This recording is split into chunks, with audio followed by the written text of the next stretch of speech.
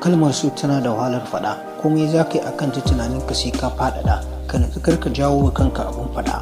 Ɓacin ran ɓangarori biyu ne ke sa a cakusa har ta kai ga faɗa. Idan kau aka kawar da kai za a yi fara'a har a yi shimfiɗa.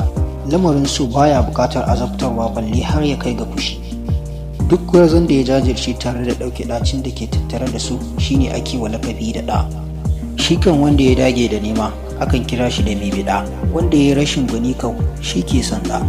Mai riko a so ko jiran ganin aibu shi ke yin ado da dauɗa. Komai za ka yi ka faɗi gaskiya ko don gudun ka a yi ma shanyar kauɗa, domin shi masoyi yana so ka yawaita yi mai magana mai laushi.